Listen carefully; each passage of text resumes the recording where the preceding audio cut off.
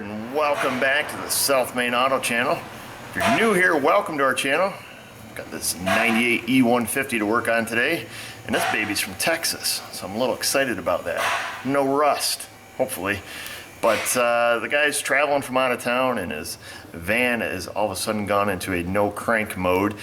He just can't get it to crank over, but it does start and run. He says if you jump the starter solenoid, and evidently he's already replaced that, and that didn't work, so he's got some kind of thing rigged up under the hood, and so it does start and run, and it was running in my parking lot when I showed up this morning.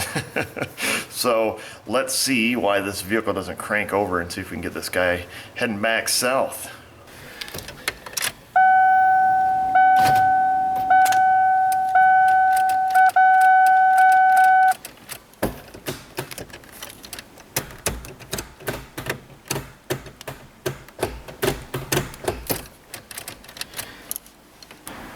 Definitely a no start, no crank, obviously. Did run it through, the gears there while holding it in the start position, because sometimes if there's an issue with the, the neutral safety switch or transmission range sensor, whatever, you want to call it there, doing that sometimes will get it to, you'll hear the starter like slightly engage. I do hear some clicking under the hood when I'm turning the key, but a lot of things happen when you turn the key, so that doesn't necessarily mean it's a starter relay or whatever, and I don't even know where any of that stuff is on this van. So first thing we're going to do, look under the hood, see what kind of thing he has under there to get it started, and like I say, I do know that it does run. So we'll take it from there, and then we'll get a wire diagram and see what we find.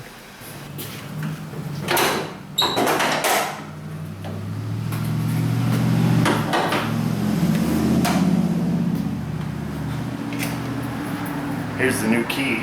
I'll show you what he did. So he told me he left the wire under the hood. Starter relay's down here in the corner. I got the key on right now and it's in park, so it should start.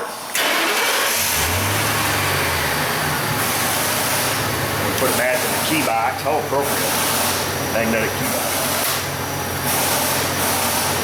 Well, that actually tells us a lot. Okay, so because it will crank over, cranks over well. We know that our starter's good. We know our wires from the relay down to the starter are good. We know our relay's good. We know the relay can turn on. We know the ground to it's good. We know a lot. Basically what we're dealing with now is the circuit that controls the starter relay, because we know everything else is good. The car starts, it runs, everything works on the exception of that. So let's get a wire diagram, see where this wire goes, and what it goes through. I assume it goes through the transmission range sensor. I'm sure it goes through a fuse and possibly another relay. I don't know, but let's look and see what we have.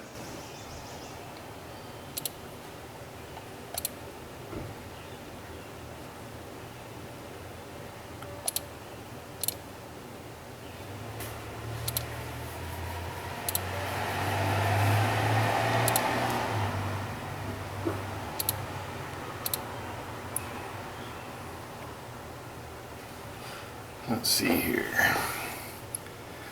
Looks pretty straightforward. So our power comes into our ignition switch.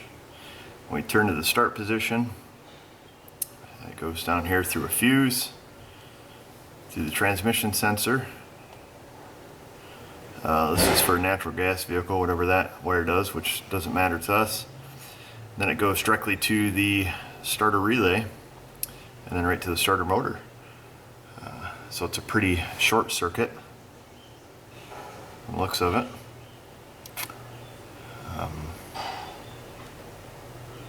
I assume these wires here, these yellow wires going to the 60 amp side of the ignition switch, I assume they're fine, because when we turn the key on, everything else works, and I assume that's what powers the run circuit, the accessory circuit.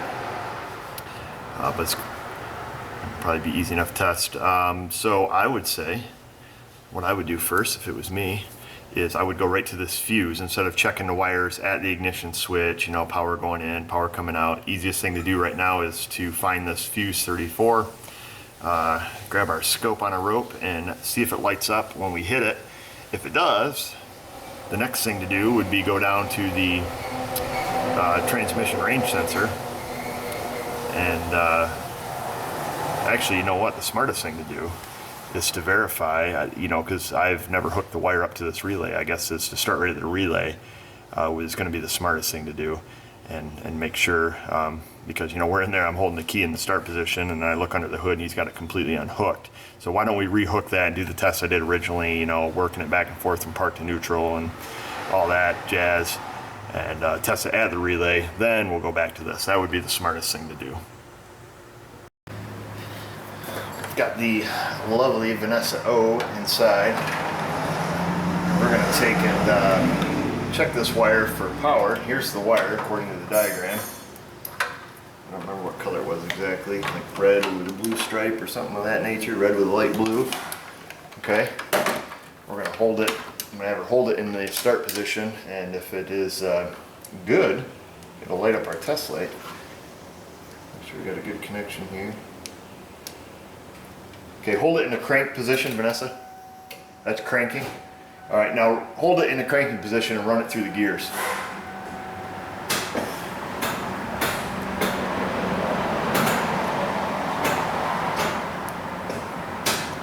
All right, you can put it back in park. Flick the ignition switch a bunch of times, like into the crank position. Okay, that's good. That's good. You can shut it off. So I hear some clicking going on over there on the left side. Like I say, that really doesn't mean much. So we have nothing coming out here to the relay. So let's go back with our original plan. We'll check the fuse and see what we have there. See if our ignition switch is good, and take it from there.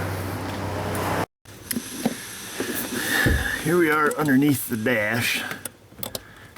It's already looking kind of gross under here. We've got, well, let me move the camera so you can see. I see this thing hanging down. Kind of aftermarket crap. Kind of remote system, or probably a car alarm or something like that, because I hear the doors lock when we turn the key on, and that's not factory. So we'll turn the key on. Fuse 34 is what we're looking for, which is this little guy right here.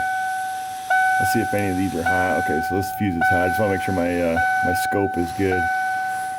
So according to the diagram, if we turn it in the crank position, this should light up.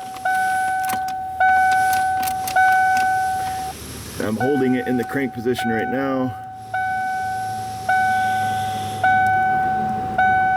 Make sure our light's good,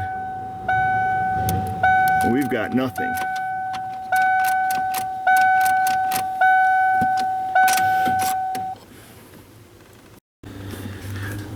So if we go and look at our wire diagram, if you guys remember right, the feed to this wire here, to this fuse, comes from the ignition switch. So it went into the ignition switch via those big yellow wires, if I remember right, and then it went through the ignition switch, come out and come down to to this fuse, and then from this fuse it went to the transmission range sensor, and from there to the relay. So technically what we can do is I can turn the key back on and I can just jump power to that fuse, and it should start if the wiring from the fuse box through the range sensor and all that stuff is good.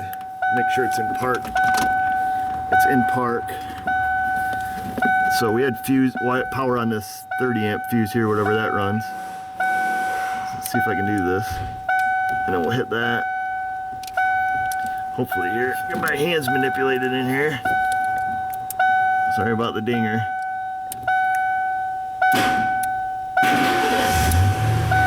There. That proves it. Shut that stupid dinger off. So that tells us a few things. So what that does tell us, it tells us that everything from the fuse box out, down through the transmission, from the transmission to the relay, which it's probably fair to mention I hooked the wire back up on the relay, obviously, because it did crank over. And so we don't have to test any of that. We don't have to test the range sensor. We don't have to test nothing. We've basically narrowed this down to a section of wire yay big, and that's going to be from the actual ignition switch down to this fuse box, which we know we don't have any current flowing to. So what we'll do is we'll go back to the diagram, we'll look. I imagine we're gonna have to, you know, pull this knee bolster off and have a look in there and see, you know, what the story is, make sure we've got power going into our switch. Like I said earlier, I assumed that we did, you know, and making an assumption sometimes will get you. And after we check that, we'll see it might just be a faulty ignition switch here.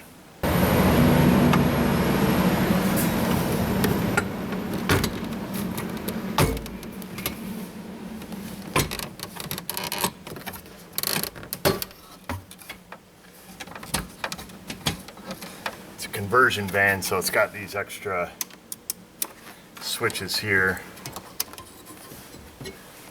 Holy crap. Wait till you guys see this freaking rat's nest. Man, I hate aftermarket stuff. So there's a whole bunch of aftermarket goodness. We've got this little deal down here. It's all rat's nest, and got our fine selection of wire nuts, liquid electrical tape. We got some black tape. I hate aftermarket garbage when it cuts in like this, because I'll bet you that's probably our problem. So these are the wires going into our ignition. This is actually our ignition switch right here. So these two yellow wires are supposed to be hot, and they are. And according to our wiring diagram, the white with pink is the output wire, and we can basically stop our diagnosis right here, because this, my friends, is our white with pink wire. And if I find the key here, let's stick the key back in it.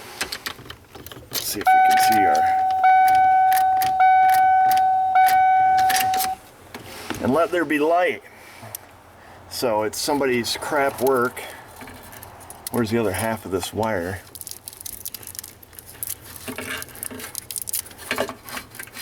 You know where it is. You dig through all this Mickey Mouse stuff here. So we've cut our wire. It's probably this thing right here. Piece of crap. I bet if we stuff that in there and we find the key again, it'll probably start. Yeah, let's see here. See if we can stick it in there good enough to do our test.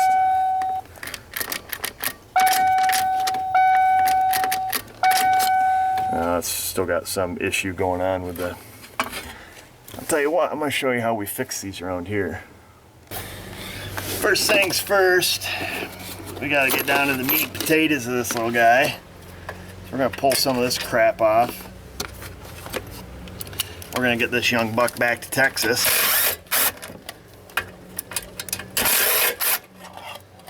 So we'll unhook that.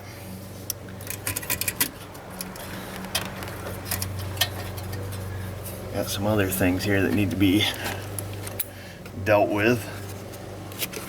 I hate aftermarket stuff. I had this discussion with one of the viewers on my channel. He was kind of upset because Scanner Danner does not like aftermarket stuff. And I've worked in this industry to know that it's true. Aftermarket stuff sucks because nobody puts it in and does a nice job, at least in our area. We put it in as quick as we can to make as much money as we can. Of course, I don't install aftermarket stuff. You come here with a remote starter, I won't do it.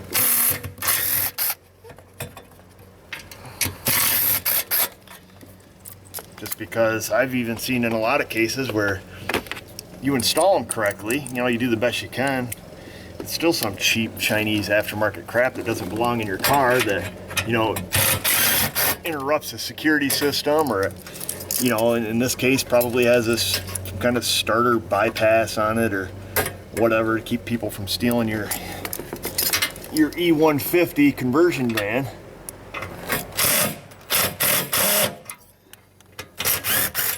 I don't know if they're high on the theft list or not, but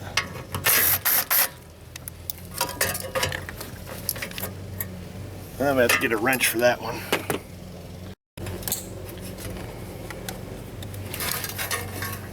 That last bolt off. Some of this crap. Some more wires there. Some more screws over here.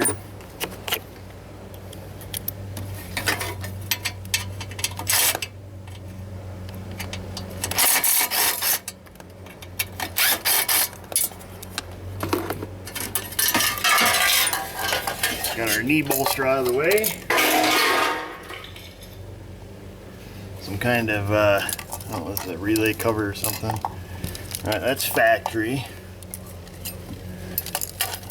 And this crap is not. This guy's stuck in New York on the account of it. Some kind of magic box here.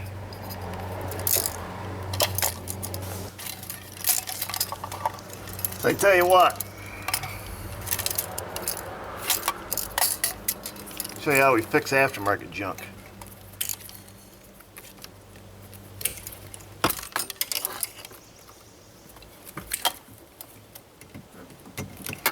And you hold it like this, and you go like that with it.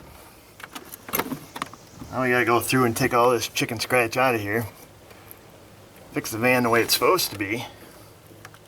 I can only imagine what kind of mess we got under all this tape and stuff. We'll get them back on the road.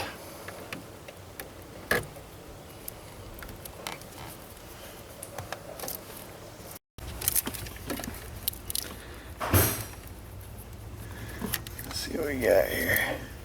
Looks like they just kind of got in here and cut the insulation back and did the old classic twist and tape, we call it. All you need to put in a remote start is a knife and a roll of tape. Yep, that's all they did.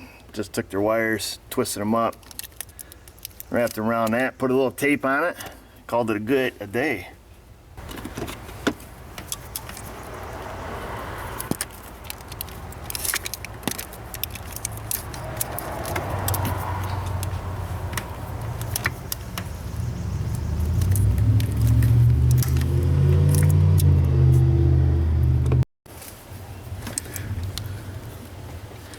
If you're doing this at home, just make sure you unhook the battery.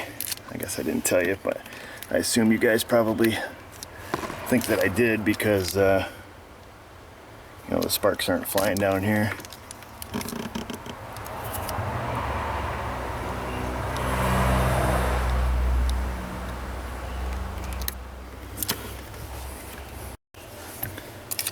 So I went ahead and got everything stripped back.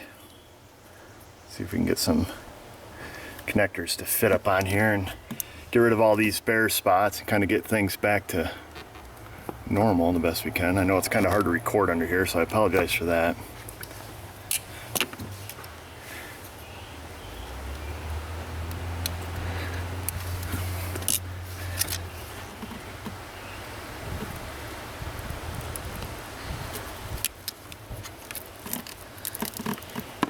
Kind of do these one at a time.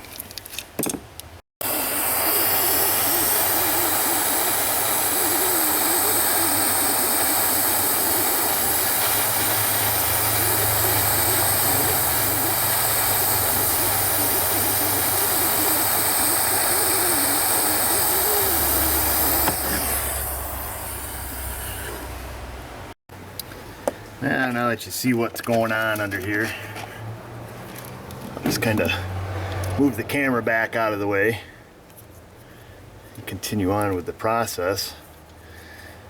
See, it's got some wires running out under the hood or towards the doghouse, so there's probably wires going out to the probably to the ignition coil or something like that to verify that it's running, and I'm sure that's probably just wadded up with some tape out there somewheres.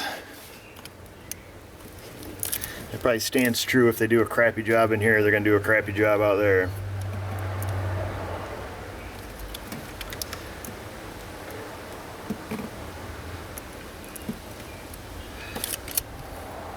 Hopefully this video helps you guys understand why mechanics, if you're not a mechanic, will kind of complain about aftermarket non-factory accessories, because 90% of the time, or I would say even higher than that, probably 98% of the time that we have to deal with them, it's in situations like this. You know, the vehicle gets towed in with a, you know, no start, no crank, or, you know, some weird intermittent drivability problems, and you know, you run across something like this and it's extremely aggravating, just because it's, you know, this was caused just by pure negligence. And, you know, you've got some cases like Volkswagens, you know, you put an aftermarket radio in them and you get that screwed up, well, that can fry your scan tool. There's lots of reports about that. You know, all of a sudden you don't think about it. You know, Volkswagen comes in, you don't notice it's got an aftermarket radio in it, and you plug in your scan tool and all of a sudden you're out a few $1,000s. There's all kinds of issues that can be created from aftermarket accessories. So there's always something we have to kind of look for, you know, particularly when we're doing stuff like this. And I'm just glad to catch one on film to actually see what's happening, and you guys can see it too. Wire on that one's a little bit heavier. I don't know if it'll take a blue butt connector or not.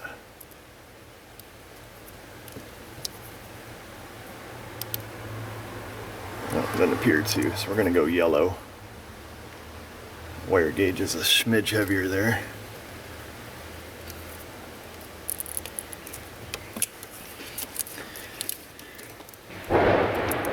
Whoa!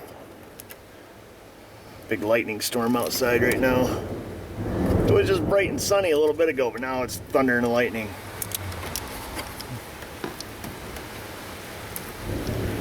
Strip that back just a smidge more.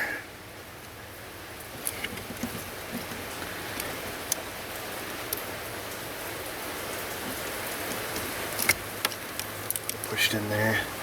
And this wire was our original problem, this white with a pink stripe. That's the one that was totally unhooked. Ooh, might have to close the door here. The wind's really blowing in. If you can't get this one, get the heat shrink down on it.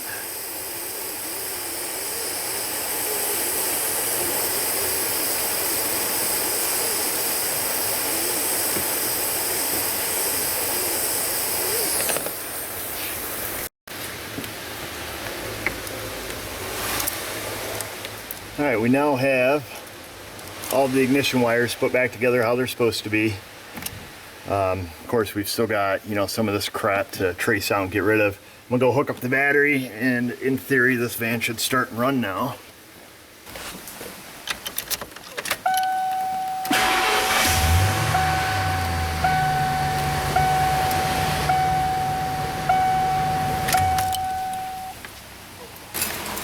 So we got this crap out of there. What a joke. Look at this thing. Gotta finish chasing out these wires. They've got one like single brown wire taped to the parking brake cable heading that direction. We've got this mess here heading this direction. A lot of times these things are tied into the lights and everything else, so we gotta kind of chase this out and see where it went and get it out of there and make sure it's fixed properly. That way when he heads back to Texas and somebody sees our work, they won't think it looks like this work, but if this is the kind of work they're doing, I'm not sure. I yanked this little plastic trim panel off that goes over here. This is the kind of crap we got over here.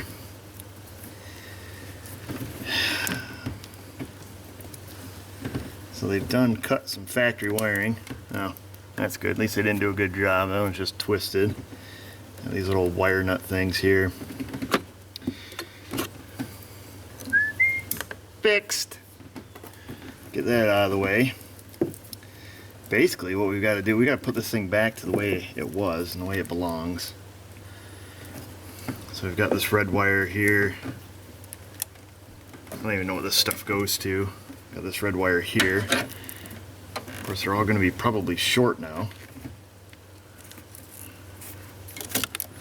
Unbelievable. I got this one tied into that one. Here's... I don't even know what this crap is.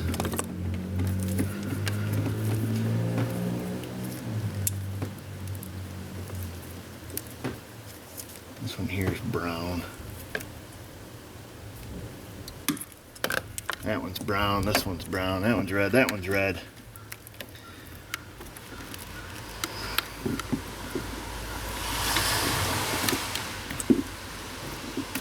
Got this purple one that's probably just twisted on here, I'm sure, yep. Classic twist and tape. Got this red one spliced in there, which I'm sure is just a bunch of plastic tape. Man, I'm going to finish taking this apart and getting things straightened out here and see what happens. They really did a fine job of burying it. Some kind of, you know, relay stack of some sort to run something. We don't need that. Now we just got to go through and fix these essentially the same way.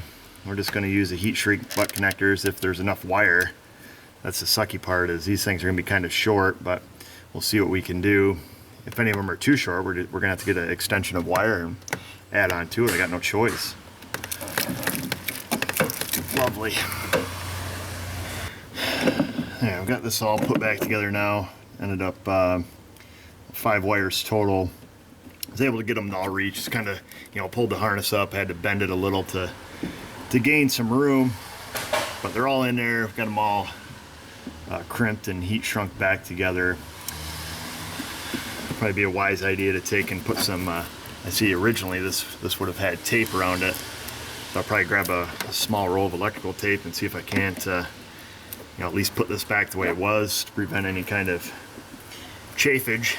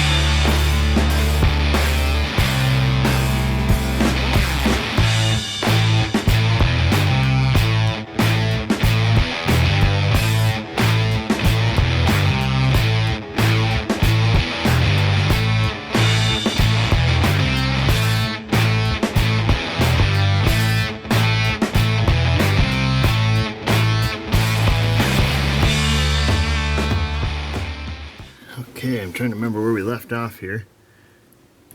I think I had to walk away several times here. I went and ate some lunch. I think all we've got left is see where these clowns ran this brown wire here and find out what the heck this thing is. Get it undone here on the inside and see if we can't chase it. Hopefully we don't have to unhook the doghouse. I doubt it. Okay, there's that. Get all this tape yanked off this thing. But you can see I've got all the other harnesses taped up and went through and used our, you know, crimp and seal connectors there, and they'll work just fine for an application like this, you know, without any issues here. So I'll get all this tape peeled off. We'll go under the hood because this follows this cable out here. It's a shift cable, so it's got to come out wherever the shift cable comes out. That's the hole they used in the carpet. We'll see if we can't find out where it goes.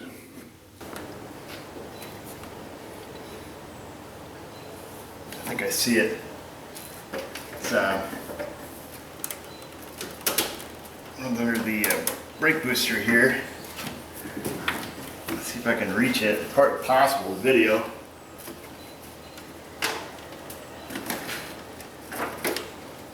Let me show you what they did.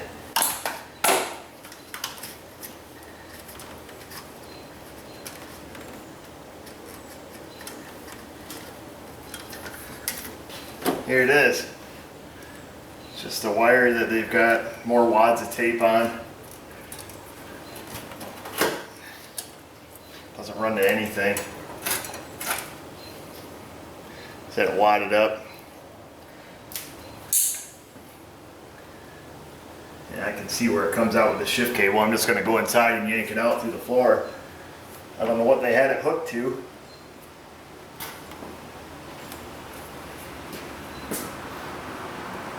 It was just laying over here by the coolant reservoir, so it was just a single wire. Maybe it went to some kind of hood pin or something. Oh no, you can see here where they've got there's a couple screws right here in the fender. A couple sheet metal screws with some wire wrapped around, maybe some kind of ground or I don't know, I have no idea. Now, at least it didn't go to ignition coil or something, I don't know. Like I say, very possibly could have been some kind of hood switch or something. But this battery to me does not look like it's in here correctly. Nope.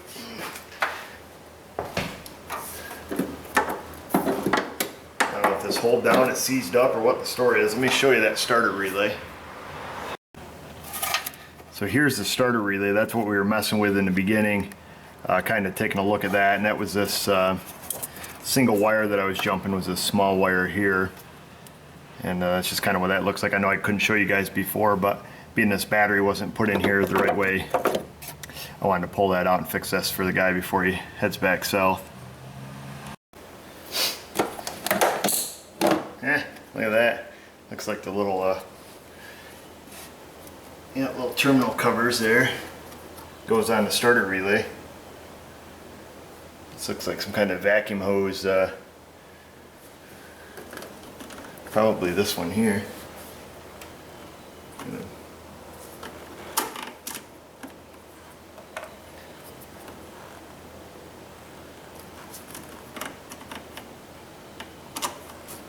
Fixed. Freebie.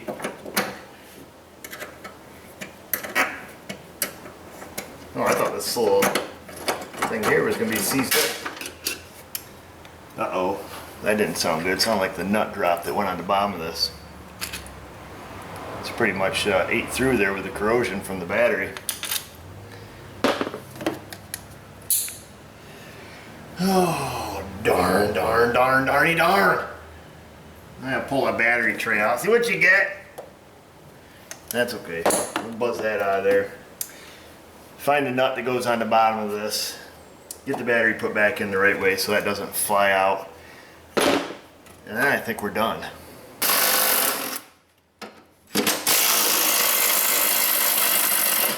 It's gotta be so awesome working on cars in Texas. Except for the fact it's 35,000 degrees year round.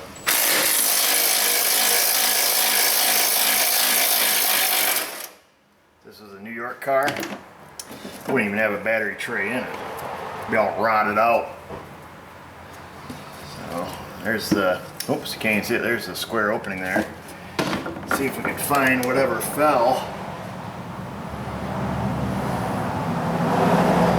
All kinds of stuff down in this hole. Yeah, this must be from a previous battery replacement. Let me get a magnet and do some fishing. I don't see anything here that resembles much of anything really. Got my fishing magnet. Everything's metal. Alright.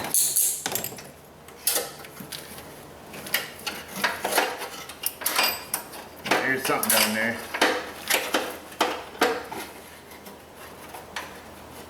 Ah, feel it.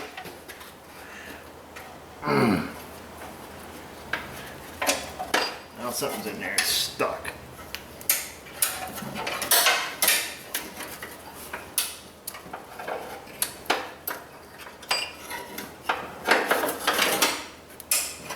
Ah, it's not the nut, but it's something.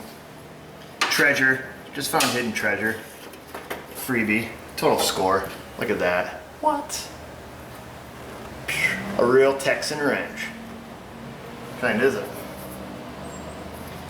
CRV Tijuana. I don't know if they're any good or not.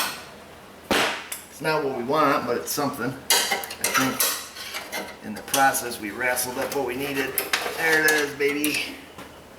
There's what we dropped. I think it's probably supposed to be welded on this little guy or something. Like so.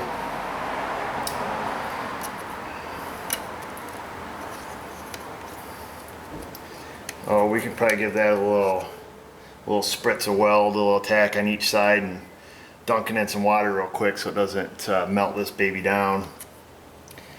And we'll be get this fella back on the road. Yeah, cool, man. Yeah, give it a little shine first so our weld will penetrate there.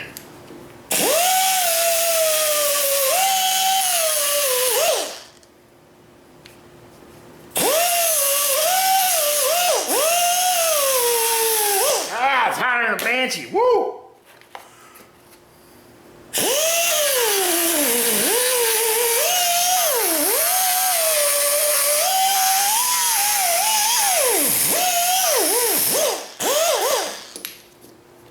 See if that baby cooled down.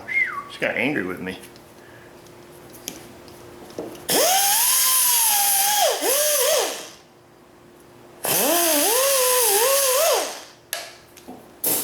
There we go. Is this what they mean by plastic welder? Probably not.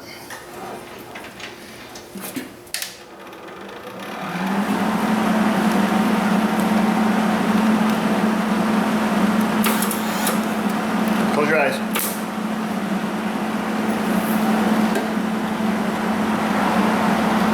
So I'll just give her a little.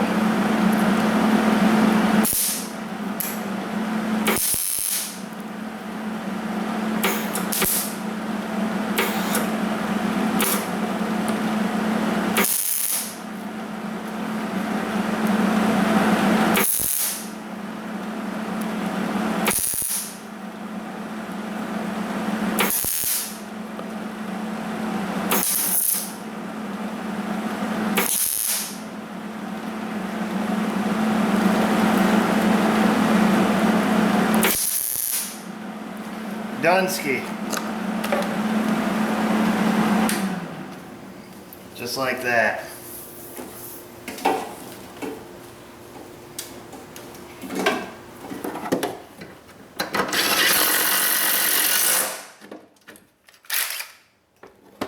Oh, hang on.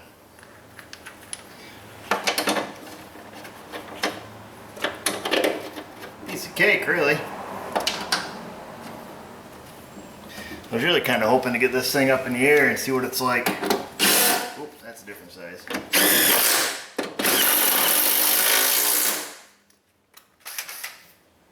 Oh, where'd my socket go?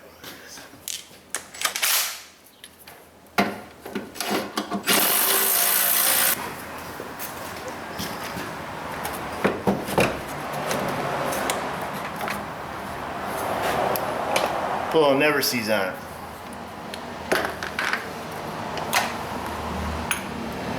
Yeah.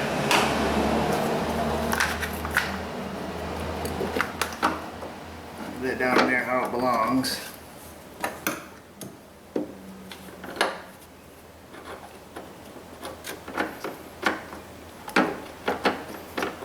A little fish in here, see if I can't find it.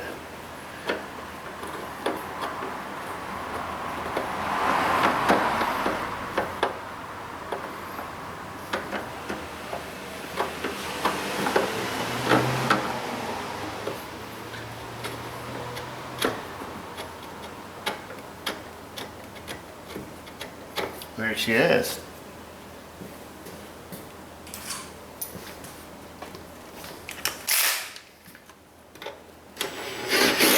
Oops. Don't want to tighten that too tight. It wasn't very thick there. There. Now I've got the battery in there how it's supposed to be.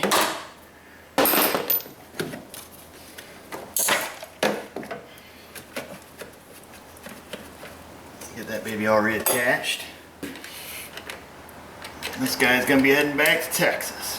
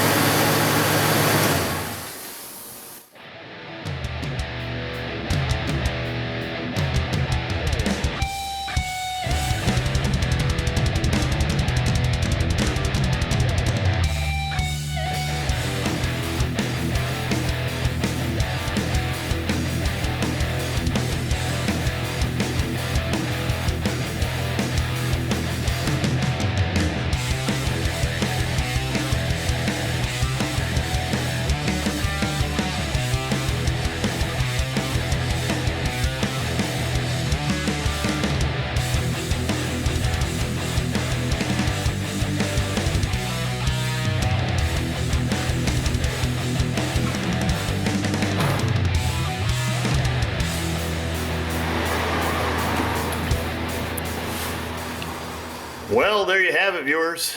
This baby's all done. Dream come true for me. I got to work on a Southern vehicle, which is totally awesome, except it was the same crappy interior work that we do here. Aftermarket junk ruining this guy's day, because of improper installation and crappy crimps and somebody being, never mind, I'll just leave it alone. But anyhow, you can see our frustration. And I think a lot of mechanics will agree. The majority of them will probably agree, unless they're the ones putting stuff in like this, of course, that aftermarket stuff sucks. Whether it's alarms and DVD players, and it's frustrating because very rarely is it installed professionally, and even in some cases when it is installed professionally, that's the job you get. You get the old twist and tape and, got to put it in for a nickel, and it's just... Anyhow, I could rant about aftermarket stuff all day, and it's simply, I'll leave it simply as the fact is that's how I always see them. Always. Very rarely. I don't ever recall one time in my life taking something apart and being like, wow, they did a nice job. Maybe if they did, maybe I've never even seen it. That's how good it was, and that's the way it should be. But it just interferes with stuff. It interferes with this guy's vacation. He drives all the way up from Texas to the South Main Auto District for whatever reason, and shuts his vehicle off to get gas, and well, there he sits. Done. Fortunately, he had a spare key, which I'm going to give back to him, just in case. Because you never know. I'll give him back his bonus wrench. Not sure whose that is. So he's got a key, got a wrench. Smile on his face because now he can head out knowing that the vehicle isn't going to shut off. And just so you know, and so you don't yell at me, yes, I did ask the customer before I chopped it out. I gave him my opinions on it and deep feelings, and told him what I thought was best, and the best thing to do is chop it off. So that's what I did, and he's happy. He was happy to get rid of it because, lo and behold, he's been having troubles with it, or so he thinks. He's been having troubles with it. Locking the doors, alarm, horn blowing, things of that nature. But it's all gone now. The vehicle's back to factory, back to the way it's supposed to be, on the exception of the fact that it's a conversion van and they've got a lot of their own chicken scratch wiring they put in, but that's not concerning us now. He just wanted the vehicle to start. So I hope you followed along. In any case, even if it was an aftermarket item's fault, so to speak, the diagnostic procedure stayed the same. We started with the most simple thing, the easiest circuits to test, and it immediately led us right to the problem. Even though upon removing that knee bolster, it was visual inspection, like, oh yeah, these two yellow wires got it. Boop, there's our third one. It's got a crappy butt connector, crimp, wire fell apart thing. There's your issue. Why did it fall apart? I don't know. Maybe driving from Texas to here, beating down the highway, finally jiggled it, and you've seen that whole little box was swinging under the knee bolster there. So I don't know. But I know we fixed it, and I'm happy, and he's happy, and we're all happy. So we'll wrap it up. Check us out on Facebook. You can find us on Google Plus too if you want to connect with us socially. And just remember, viewers, if I can do it, you can do it. Thanks for watching.